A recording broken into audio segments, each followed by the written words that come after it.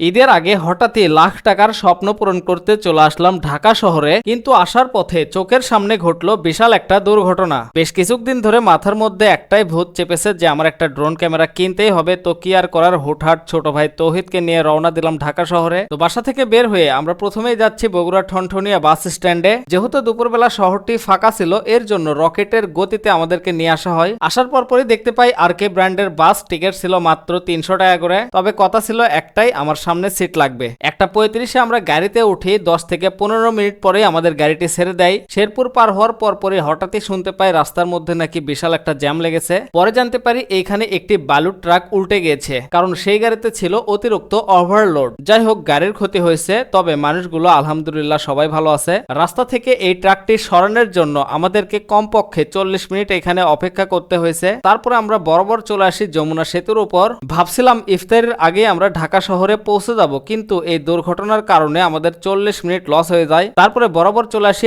আশুলিয়ায়, আর সেইখানে আসার পরে আমরা ইফতারি সেরে ফেলি। ইফতার শেষে আমাদেরকে নিয়ে আসা হয় টেকনিক্যাল বাস স্ট্যান্ডে, আর সেইখান থেকে আমরা একটা সিএনজি নিয়ে বরাবর যাব বসুন্ধরা সিটি শপিং কমপ্লেক্সে। ঈদের যেহেতু কয়েকদিন বাকি আছে, শপিং মলে প্রবেশ করার পরপরই দেখতে পেলাম প্রচুর পরিমাণে ভিড়। লিফটের সামনে গিয়ে দেখি সেখানে ওঠার মতো পজিশন নাই। যাই হোক, অনেক কষ্ট করে আমরা লেভেল 6-এ নেমে পড়ি। যেহেতু আজকে রাতেই আমাদেরকে ব্যাক করতে হবে, এর জন্য এদিক ওদিক ঘোরাঘুরি না করে আমরা বরাবর চলে গেছিলাম ডিজিটাল শপে। সেখানে আসার পরেও দেখতে পাই প্রচুর পরিমাণে ভিড়। প্রথমেই ভাবছিলাম DJI Mini 5 Pro কিনবো, পরে বেশ কয়েকজনের থেকে পরামর্শ নিলাম। তারা আমাকে বলে DJI Mini 4 Proই বেস্ট হবে। এটারও কিন্তু দুইটা ভেরিয়েন্ট আছে, মানে 45 মিনিট আর একটা হলো 35 মিনিট। তো আমি কিন্তু 45 মিনিটের টাই নিছিলাম। আর নতুন জিনিস আনবক্স করার কিন্তু একটা মজা আলাদা। তো প্রথমেই বের করলাম RC2 রিমোট, তারপরে বের করলাম ড্রোন, এন্ড সর্বশেষ বের করলাম ড্রোনের 3টি ব্যাটারি। এসব কিছুর পাশাপাশি আরো বেশ কয়েকটা ছোটখাটো জিনিসপত্র ছিল, যেমন ক্যাবেল, পাখা। ড্রোনটা যখন আমি পলি থেকে বের করলাম, তখন কিন্তু আমার মনের ভিতরে একটা অন্যরকম আনন্দ হচ্ছিল।